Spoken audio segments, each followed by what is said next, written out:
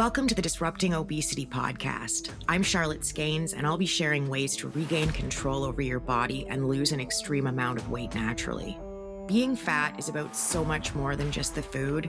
It's about your relationship with food. That means that dealing with your weight is about more than just the food, too. You have to change that relationship.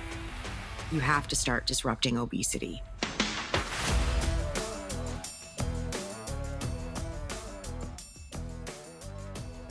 Maintenance mode is a whole other kettle of kittens.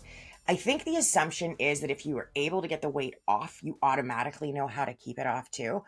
It would be awesome if it worked that way, but we've got an 85% recidivism rate that tells a very different story. If 85% of everybody who loses weight gains it back within 5 years, it really seems like maintenance mode is a lot trickier than they're letting on. In some ways, yes, and in some ways, no. Yes, maintenance mode is trickier than losing weight because it's a wildly different mindset. No, it's not trickier than losing weight because you take the skills you already have and you shift them slightly. It's the mindset part that's the hardest. It's learning how to live in your new body while at the same time adjusting to things like changes to the way people interact with you, or the way your feelings about eating and food may have shifted, the ways you're feeling about yourself may have shifted. There's a lot going on with maintenance mode. And I know that my jam is weight loss, but I really think you need to know what to do once you get there. And I do have flamingos living at their goal weights who are also living with the fear that they could gain their weight back. And I want to help with that as much as I can too. This is one of the most requested topics that comes in. I've always wanted to talk about it, but that's not the stated goal of this podcast. And I know that most of you are here because you want to get your weight off. Here's the thing. Whether you've got your weight off or not, you need to start learning how to keep it off and thinking about how you're going to keep it off long before you get to your goal weight. People freak out a little bit sometimes when they hear that my program is 53 weeks long. Well, here's the thing about that. Most people still have a fair bit of weight left to lose when they finish those 53 weeks. Not because they didn't try hard enough, but just because they started out with more weight to lose than it's possible or plausible to lose in a year and a week. I knew that. I already knew that when I was developing and writing the program. My whole goal was to do something to help the people who have a significant amount to lose. And that's why the last of the program's 7 pillars is what now. I need you to know what to do so that you can keep going to get to your goal. But because that 85% recidivism rate costs me so much sleep, I need you to know how to keep the weight off, how to live in maintenance mode. And I mean, if I really get right down to it, the whole program is about maintenance mode because I believe wholeheartedly that the reason 85% of everybody who loses weight gains it back with an average of 25% more weight than they started with. And that's an average. So for every person like me who only gains a little more than 50% of their body weight back, there's somebody else who gained 150%. But I completely believe that the reason so many people gain their weight back is because when we focus on the food, not on our relationship with food, nothing actually changes. It's like buying a round trip ticket. I'm way more interested in one-way tickets. So even though I've never done an episode on maintenance mode, on just how to maintain your weight loss, I feel like in a lot of ways I've been talking about it the whole time. So today we're going to specifically look at 9 ways to maintain your weight once you get to your goal. And if you're not there yet, I'm going to urge you to keep listening. I promise that this is for you too. I wouldn't be putting out an episode at all if it wasn't. So up first is ease into maintenance mode incrementally. It wouldn't be fair to talk about maintenance mode without telling you how to enter it, because that's part of the whole focusing on the food leads to the recidivism rate thing. Everybody wants to tell you how to get to the door marked goal weight, but nobody gives you the key to the door so that you can actually go in there and then shut it behind you. Everybody ends up stuck at the door, and then before they know it, they're headed back down the hallway that got them here. I really hope that nobody's surprised with my take on this one, but you need to get yourself into maintenance mode incrementally. Don't just drop yourself into the soup. Okay, let's just lay out what it is first because I'm not sure that's fully clear for everyone. When I'm talking about getting yourself into a deficit, I say that you need to eat 500 calories less than your maintenance TDEE, your total daily energy expenditure. It's the number of calories that your body uses each day. Getting into that deficit is how you lose weight. To maintain your weight, you need to eat your maintenance calories. Okay. You gain weight when you eat more than your maintenance calories. That's when you're in a surplus. And the bigger the surplus, the more weight you gain. Part of maintaining is figuring out what your TDEE actually is. Online calculators are a great starting point. I use them all the time, but every body is different. And once you've been heavy, your TDEE can change. This is part of why I suggest that rather than hitting your goal weight and then just right away adding those 500 calories back, which if your TDEE has shifted, that could mean you're going to start slowly gaining your weight back. Let's say that your maintenance TDEE at your goal weight is 1700 calories a day. We'll just go with mine. So just before I got there to my goal, right, I was eating 1200 calories a day. And I'm using round numbers, Gladys, just to keep things simple. All right, so I just woke up and I'm 137 pounds. Outstanding. I'm not going up to 1700 calories today. That is not a good idea.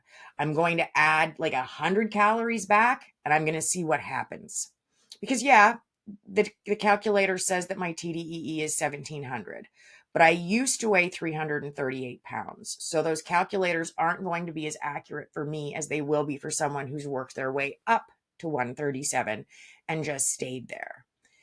After eating 100 calories more for a week or two, I'll add another 100. I'll see what happens, slowly and incrementally building my calories back up. So those are concrete reasons to do it slowly. There are abstract reasons too, mindset reasons. You don't want to feel like you're binging. There's a feeling that it's really easy to start chasing again, right? The rush, that out of control feeling. And yeah, we're going to want to avoid that. Don't get ahead of yourself. And remember that 100 calories at a time isn't a ton. It sounds nice because you're adding calories back for a change, but the truth is, it's not a lot. It's not even 2 cookies. It's a tablespoon of butter. If you jump back with 500 calories, though, well, now we're talking nearly a Big Mac. And the mindset difference between, well, I can have an extra Oreo and a half, or I can have an extra Big Mac, those are miles apart. And there's a lot of slippery slope danger in between those two things. So do it gradually for those abstract mindset reasons, just as much as the concrete physical ones. I know it's exciting to be at your goal weight. It's even more exciting to stay there. Our second maintenance mode tip is to weigh regularly. And this one, it's going to ruffle some Gladyses, and that's okay. I'm allowed to have controversial opinions, and anybody can disagree with them. When it comes to maintenance mode, I'm big on frequent weigh ins. It's awareness, right? If you don't know what's going on, how are you supposed to keep a handle on things? And I can't tell you how much I get the urge not to know. I really get it. You've got your weight off. It was hard as hell to do. You just want a break. You did it. The mountain's climbed. But if you're going to get back down the mountain in your healthy new body, you've still got some work to do. And you're always better off knowing what's going on, even with the scale, even if you hate the scale. If you think scale surprises suck when you're losing weight, I've got some bad news for you. Yes, it is undeniably awful to get on the scale and see that you've gained that week when you're trying to lose weight. It is mortifying to get on the scale after you've hit your goal and you've been there for a while, and then you see that number jump. Your heart jumps too, right into your throat. It can leave you breathless. Here's the thing. It's going to be a lot easier to put weight back on than it was to take it off. And you've got to ask yourself how far you're willing to go off the rails before you figure it out. What's acceptable to you? Like, I know my weight is going to go up and down by a few pounds over the course of a week. If it goes up and stays up, I also need to up my awareness of what I'm eating and how I'm feeling about food. I need to acknowledge that maybe I'm starting to slip. So I get on the scale every morning, almost. It makes me feel good. I know it's going to swing a little bit here and there, but I also know if I've eaten 3,500 calories more than my TDEE. not because I'm tracking, but because the time I spent tracking built my awareness to the point that I know what 3,500 calories look like. So if I step on the scale and I'm up a pound from yesterday, I already know I didn't actually gain a pound yesterday. I probably just had too much salt and not enough water to clear it. Like back in the summer, my weight crept up a little bit. I was 7.5 pounds over the weight I keep as my set weight, right? That's just what I keep myself at. It's 137 pounds. I'm a big fan of that number, just generally for a whole bunch of reasons. But when I hit 144.6, I knew I had to do something actively. I also decided to drop my set weight. Not because I want to be thinner, that's not the issue. It's because I don't like how closely I'm dancing the line. Because when I weigh 137, I'm good. My doctors are all happy with that number. It's the farthest I can go on my BMI without hitting the overweight range. And yes, Gladys, I know it's not a perfect system, but it's the one we have. I have complicated medical issues, and I know from experience with my own body that I need to stay in my body's BMI range. I've always been happiest living at the far end of it. But like if I weigh 138, no dice. It's got to be below 137. And I've had no real issues staying there at all. I was 137 when I got on the scale on my wedding day. Yeah, I sure did. But we've already established, right? I weigh pretty much daily. And when I'm maintaining, and when I got married, I'd been maintaining for 2 years. I kept maintaining for another 7.5 before I gained about 115 pounds back. But that 137 has been my number, but it's too close to the line. And now that my kidneys have thrown their hat in the ring, I wanted to drop that set number by a few pounds so that I have more of a buffer. It'll make me feel just emotionally safer. And I'm going to maintain that with frequent weigh ins. Every day might not be your jam. I get that. But you need to know what's going on. Don't wait for your pants to get too tight or your no filter coworker to say something. Stay on top of it. And Gladys, I swear to God, I don't want a single email about promoting negativity or obsessive behaviors.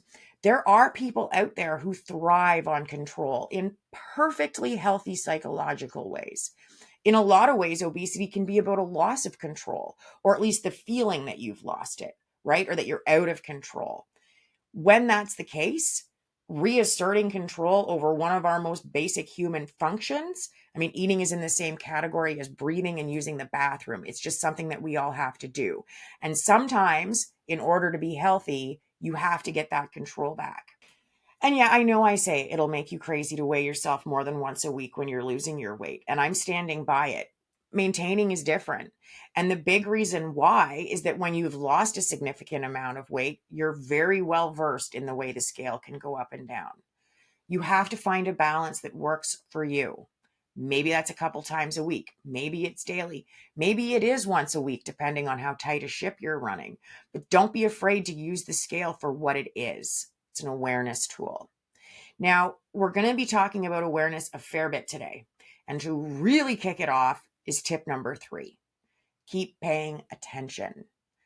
I think you've likely realized that hitting your goal weight doesn't mean you can just throw out all the habits you've built up and the things that you've learned and just go back to the way you ate before you lost your weight. I know it sucks to hear that, and I wish I could tell you something else. But if you go back to eating the way you did, you're going to gain weight. And I don't just mean food, I mean feelings too. You can't go back to eating either one the way you did before. Now, I'm going to explore both of those as separate topics in this episode, and I'm going to do them next, feelings first and then the food. But I want to talk just generally first. You just generally need to keep paying attention. I keep talking about awareness, but it really is the key to so much of this. You can't change what you can't see. And if you're not paying attention and your old eating habits or patterns or your old emotional responses start to creep back in, that can happen without you even realizing it's going on. 85% gain it back. And yeah, I'm in that group. I'm also one of the lucky ones. I only gained a little more than half of my weight back. Most people gain 25% more than what they started at. So I got super lucky. But I went into my weight gain extremely aware of what I was doing. My weight might have snuck up on me while I was gaining my way to 338 pounds. It definitely did. I almost passed out when I was told I weighed over 300. But it did not sneak up on me when I gained it back. I made a decision. I've talked about our journey with fertility before. It's not something I go deep into because it's not my lane and I don't want to. I share what I share when I share it. And I know this might sound nuts, but I am and always have been an intensely private person. My whole family's like that. My way of keeping people out of my business is now and has been since I figured this out as a teenager. It's to overshare with something I'm comfortable with, and it makes people feel like they have the inside scoop. I've also been lucky to have some completely crazy shit happen to me. Like, you wouldn't believe the stories that I haven't told you. So I consciously overshare in real life because I'm playing offense. But I also share over here because I know it helps. I know this is hard stuff to talk about sometimes, and it's easier if you hear somebody else talk about it. We lost our first 3 pregnancies. We had a miscarriage and then an ectopic and then another miscarriage, and they all sucked for different reasons and for the same reasons. The first miscarriage was very early. One of my midwives later told me that she wished pregnancy tests weren't as advanced as they are because so many women have early miscarriages. I thought it was a very cruel thing to say at the time, but I can see her point. I think it would spare a lot of people a lot of pain. My ectopic was early too, early enough to spare both of my tubes, even though I needed surgery. And that was my first one ever. And it really sucked. But the physicality of this was very different than the first one. It was very different to process because as much as it was about our loss, it became about the surgery and everything that came after that too. Our third loss was later than the first two. We were on vacation and it wasn't good. We flew home and then all I wanted to do was eat. And I just did not care. I'd been maintaining a 201-pound weight loss for 9.5 years. And I was in so much pain that I just didn't give a shit. I remember the exact moment. I remember the conversation I had with myself. We hadn't been home for very long. It had to have been in the first 2 weeks because I was still sleeping on the couch, the pullout in the living room with Sean because I couldn't face our bed. I couldn't do it. I couldn't bear to be in our bedroom at all. And I walked down the hall towards the bathroom. And as I stood in the bathroom doorway, I just decided I knew I was going to start gaining serious weight with the way I was eating. And in that moment, I told myself it didn't matter. I'd lost it before. I knew what to do and I'd lose it again. So I was extremely cocky about it. I was also talking myself into letting myself erase a decade of maintenance and 2.5 years of the hardest work I'd ever done. Right. We know now that I was right to be cocky, but I could have just as easily been wrong. And it was a choice that could have killed me. It very nearly did kill me. A year and a bit later, our first son was born in 2013. Our third son was born in 2016. And I'm not one of those women who loses weight while she's nursing. There was no bouncing back for me. I had morning sickness every month of all of my pregnancies, all day long. I gained weight with our firstborn, but I lost or maintained my weight with our other two. And my medical teams were good with it because the boys were developing normally and I was overweight or obese for all 3 of those pregnancies. Then there was the whole almost dying thing, blah, blah, blah. But once that was over, and I'd love to tell you that it was a straight line too, but I got home from the hospital and guess what happened? I gained weight fast, which does make sense since I was going from a fully liquid diet to solid food. So while I did lose weight in the hospital, I gained a boatload of it back when I got home. But I got that off. And it's been off for more than 6 years now. I keep it off by paying attention. I pay attention to the scale and I pay attention to the way I feel about food.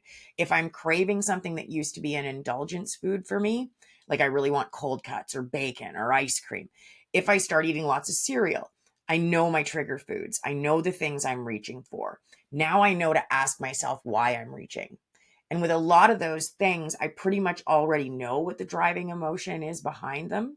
I also recognize my gateway foods, the foods that lead to something else. Sometimes I want foods because I miss them or I miss the way I used to feel when I was eating them. An example that I can't get out of my head but I'm worried that it's a really bad example, is something called macaroni and cheese loaf.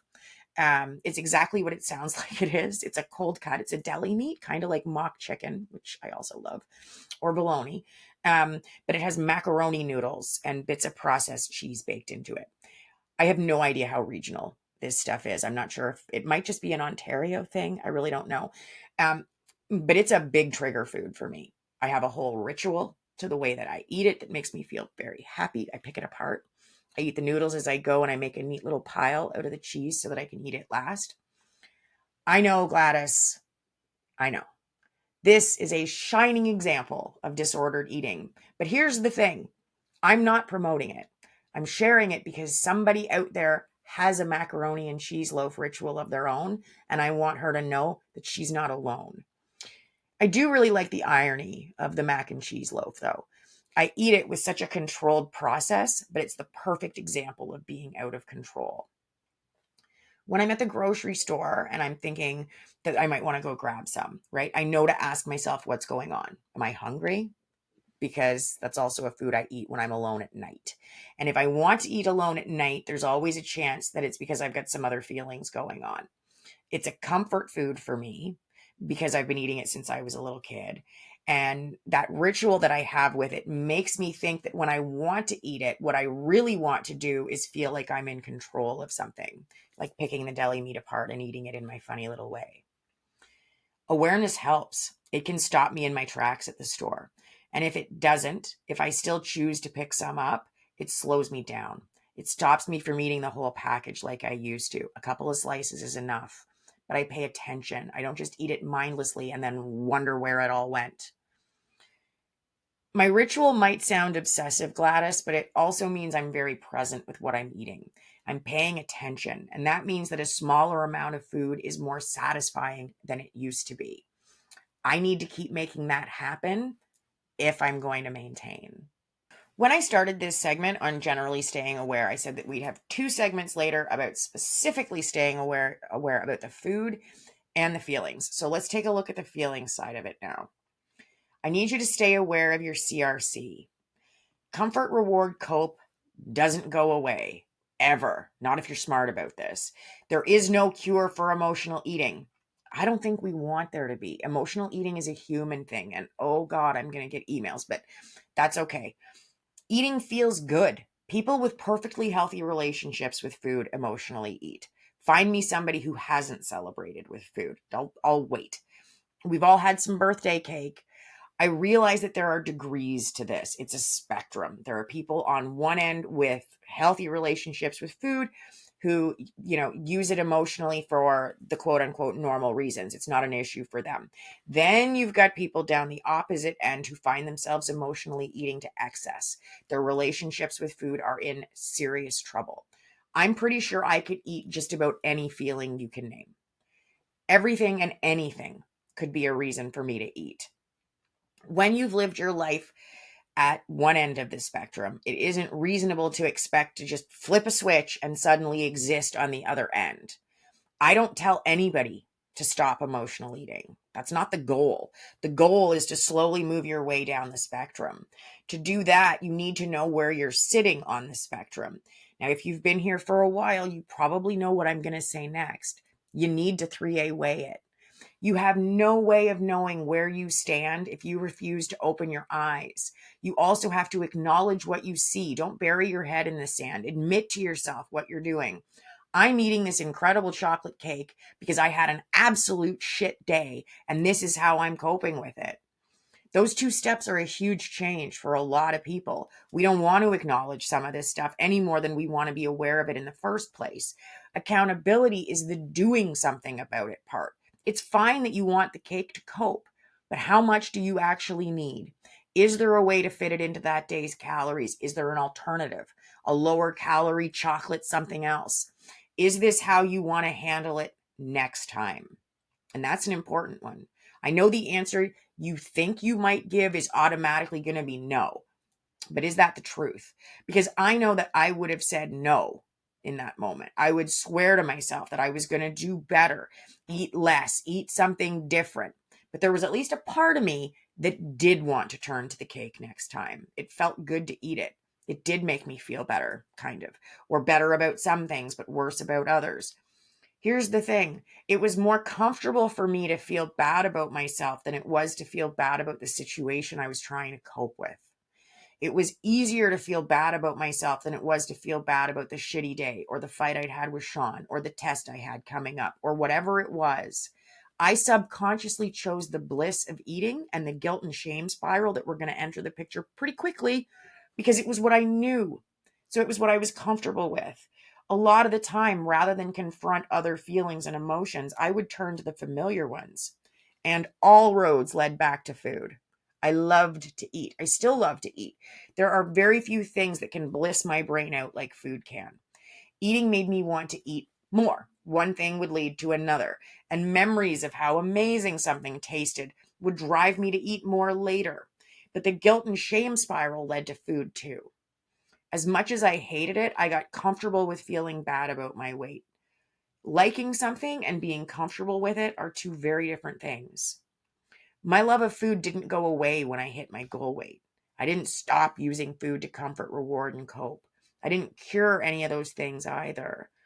And I'm sorry if that's disappointing, but it's the truth. I didn't make them disappear. I learned how to manage them. I became aware that they were a problem for me. I acknowledged it about myself, and my accountability is looking for patterns, for the emotional eating moments, and reminding myself of what they lead to and choosing less. It's going, okay, I'm going to have some macaroni and cheese loaf, but I'm going to take 2 slices out of the package, put them on a plate, and put the rest away in the fridge. I'm going to pay attention to it and enjoy it, but I'm not going to eat the whole thing. I'm not going to turn it into an excuse to eat a whole bunch of other stuff. Maintenance mode involves awareness. You have to stay honest with yourself, especially about how you feel. It is important to stay honest with yourself about the food too. I can't pretend it isn't. You aren't going to wake up in the morning, you hit your goal weight, and suddenly know precisely how to stay at it if you haven't got the skill set to stay on top of the calories, which very nicely brings us up to our next tip for maintenance. When you start sliding, track. Not everybody needs to keep tracking. I don't. I only actively track if I've got 5+ pounds, right? So it doesn't happen very often. I gained about 16 during COVID at one point, and I tracked to get it off. But even then, you hit a point where you've had enough practice that you can pretty much do it on the fly, especially if you tend to eat the same things over and over again. Tracking is a tool. It gets you through the nuts and bolts of the math and making sure that you get yourself into a deficit. But when you've lost your weight and you're trying to maintain, but your weight is creeping up, it's a mindset thing too, because you're entering back into that mode of needing the control that tracking affords you. You can try to avoid this one, but a lot of the time it's more burying your head in the sand. It's a denial thing. If you're gaining weight, the odds are overwhelmingly that you're in a calorie surplus. You're taking in more calories than your body is burning. We can lay it at the feet of all kinds of things, but you're taking in too many calories. And I don't know anybody who likes hearing that. So when you're maintaining and you start gaining weight back, the instinct might be to fall into that old pattern of telling yourself that you're going to do better, that you'll eat less, and you'll have it back under control in no time. Okay, but what are you actually going to do? You know my answer. 3A way. If you're in maintenance mode and you start gaining weight, you can totally look into your hormones and all kinds of other stuff, but let's take a look at the low-hanging fruit first. Let's take a look at the most likely culprit. For that, you need awareness. When it comes to your weight and awareness, the answer is tracking. What's going in? Because even if it's your hormones, you're not going to get that weight back off unless you're in a deficit. The only way to know that you're in a deficit is to track what you're eating. And if you're not at your goal weight and you're thinking, gee, this sounds an awful lot like her advice when you're first starting out. Yeah, it sure does. It also sounds exactly like my advice when you're midstream and you've already got some weight behind you, but you feel like you've stalled. Part of maintenance mode is recognizing that you're going to have moments where you need to take a look at what you're doing and rein it in. You're still going to need tools like tracking to manage your weight. It's going to be easier than managing obesity. It's going to be easier than losing the weight in the first place. And it's going to get easier the longer you do it. I do feel bad though. Like, I'd love to paint this dancing through the flowers in a meadow. Once you get to your goal weight, it's all gravy and sunshine kind of picture. That's not how it works. I wish it was. Skinny people have problems too. Life happens to everybody. You want to make sure that you're in the headspace to acknowledge that and make your choices accordingly. It's especially hard to maintain your weight if you don't acknowledge what that actually looks like and involves. So let's talk about one of the ways that you can motivate yourself through that. Set new NSV goals. There are lots of ways of winning, and the scale isn't the be all and the end all. And when you need to stay at your goal weight, you need to find new ways to win. You still need to motivate yourself. Only now, it isn't about motivating yourself to do what it takes to get the weight off. You need to motivate yourself to keep it off. So it's a similar skill set, slightly different execution. Setting new goals that have nothing to do with the scale is an amazing way to motivate yourself. I'm trying to think of a better way to do it, and I'm struggling to. Mostly because this concept is it's so broad. You can set non-scale related goals for literally anything. You can set the obvious ones like fitness goals. A lot of people want to run a marathon or take up rock climbing. There are nutrition goals you can set for yourself, which is a smart choice because it makes it easier to maintain your calories and to manage your calories. But there are lots of other kinds of goals that you can set for yourself, things you can try. Maybe you've always wanted to do a paint night, but you didn't because you never know if you'll fit in the booths, and those high bar chairs aren't always big enough or comfortable at all. Going to paint night can be a non-scale victory. Taking up meditation or getting one of those sand table things, that can be an NSV. It's a lot easier to quiet the food noise if you're replacing it with something else. So pushing yourself when it comes to your overall mental health or taking up a new hobby, right? All of those things can be non-scale victories too. Any work you're doing on yourself generally is going to help you overall with maintenance mode. There's going to be overlap, and it can turn into a snake eating its own tail situation. So let's say you go to the dance classes because you're feeling more confident. That choice and the confidence that's going to build on itself are going to help you keep making the kinds of choices with food that are going to help you maintain. The more you maintain, the more confident you feel, and around it goes, right? It builds. Lean into that.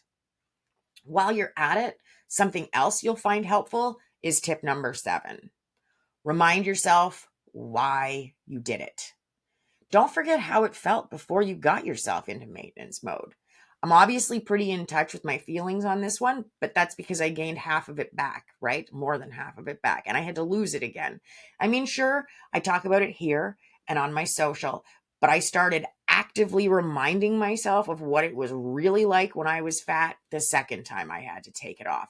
And that was 5 years before this podcast started.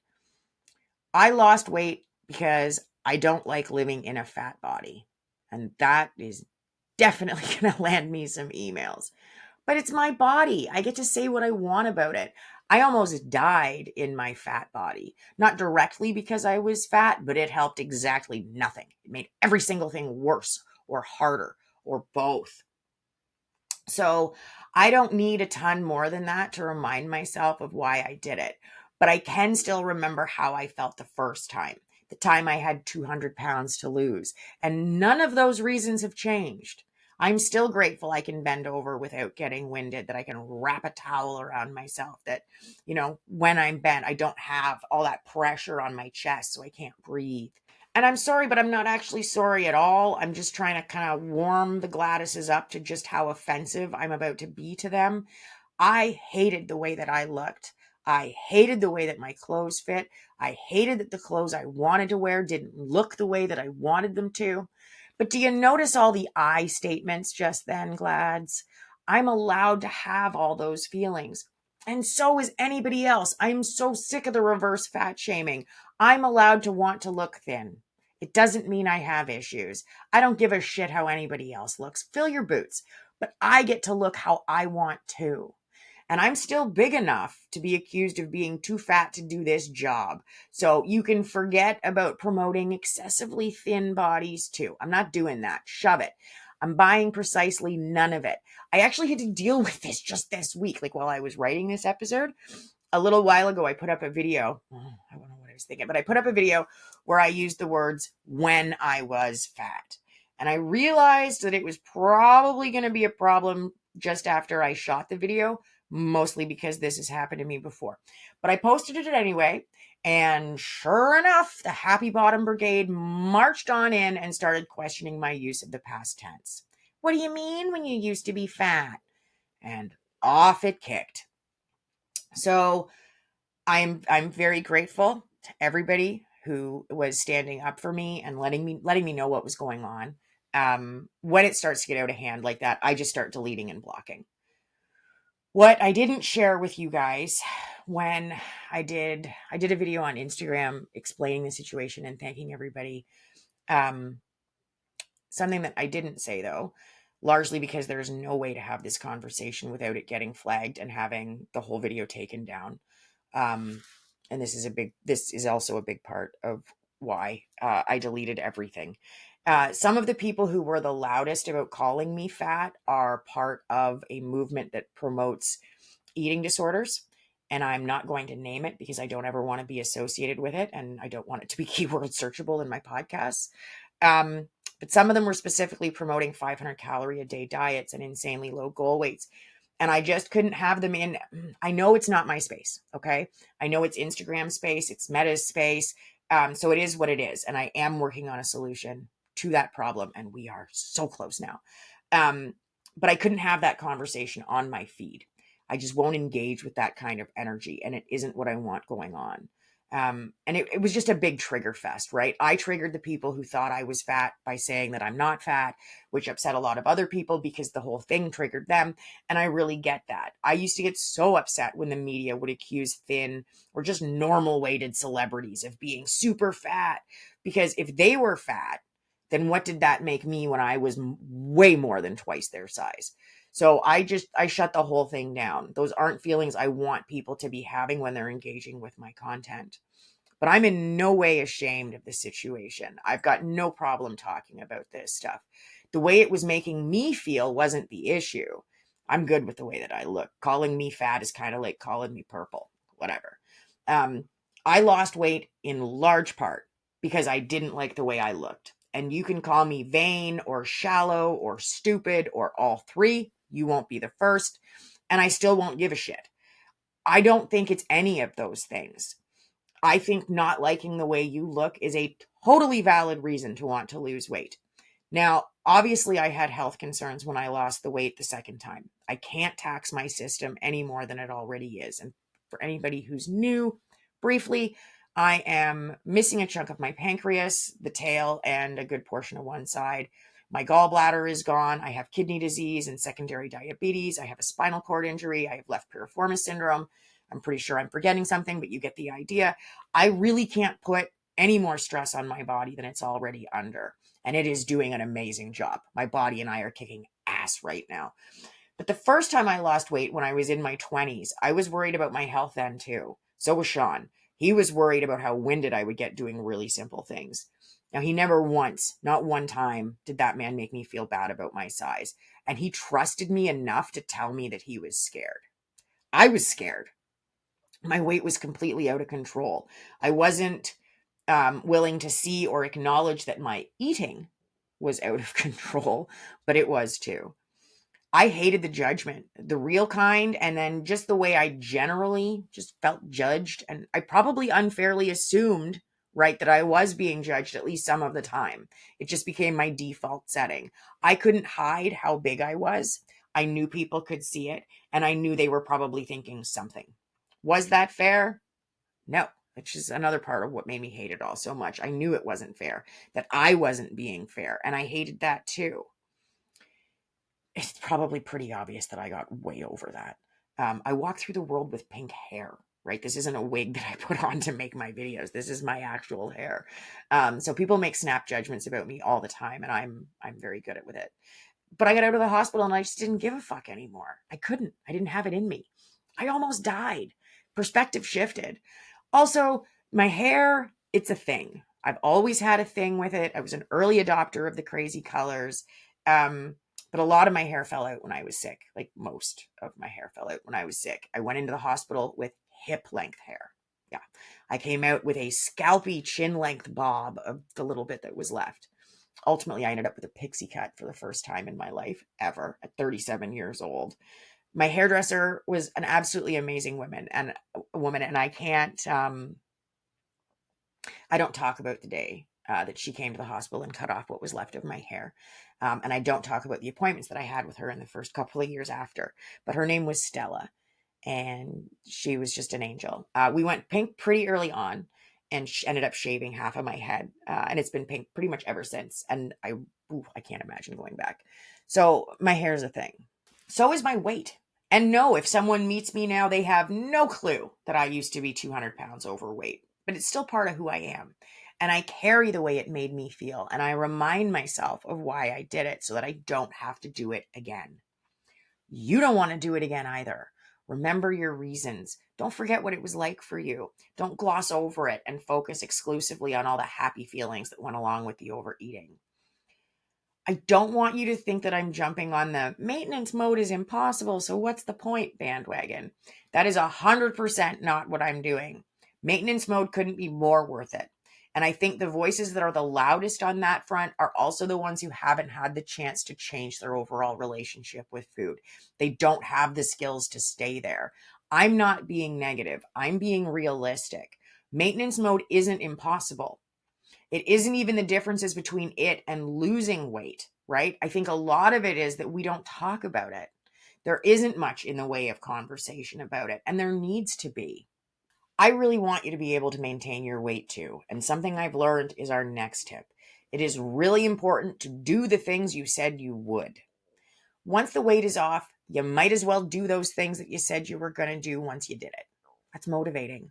You're going to want to keep experiencing them, which is going to translate to wanting to keep the weight off too. We kind of talked about this when we talked about finding new non-scale victories and goals. It's important to know what your goals are, what you'll consider a victory.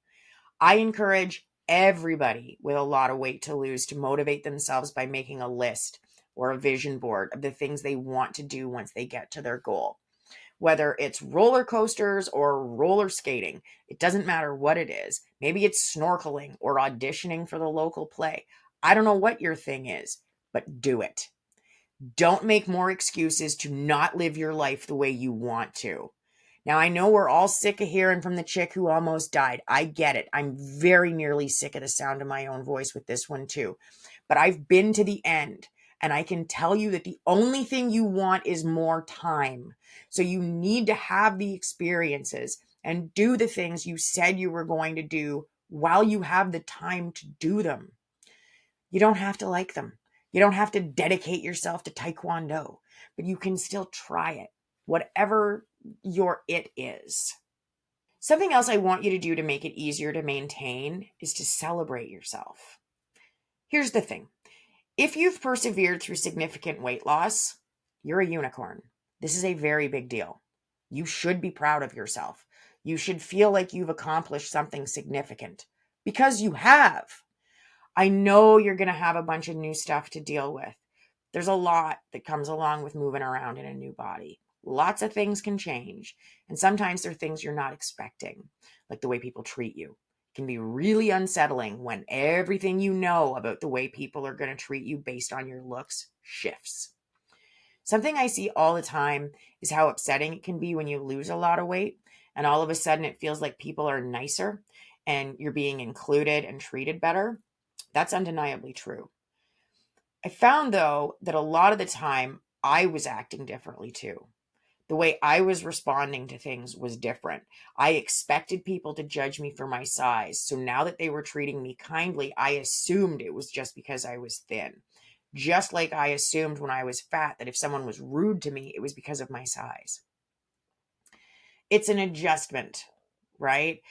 There's a lot going on when you get to your goal weight, and there's a lot going on when you're trying to stay there.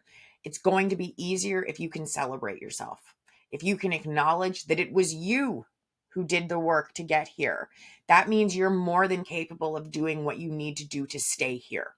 The more confident you are, the more confident you'll be. And you've got every right to feel confident. Celebrate yourself. Let yourself be happy about what you've done. You totally deserve that. Now, next week, I'm back with our 23rd Ask Whatever. It's episode 7 in our series of 9, and I'm answering 9 more questions that I've been avoiding. We're talking portion control, eating out. We've got calorie questions and some super specific ones about my eating habits. I wouldn't be doing it without Gladys, and that one's a bit of a doozy. So come on back next week. And in the meantime, if you're looking for recipe ideas or just more content generally, join me on Instagram or YouTube, and please subscribe because it really does help. If you'd like more help, you can grab a copy of my free guide to getting started for the last time.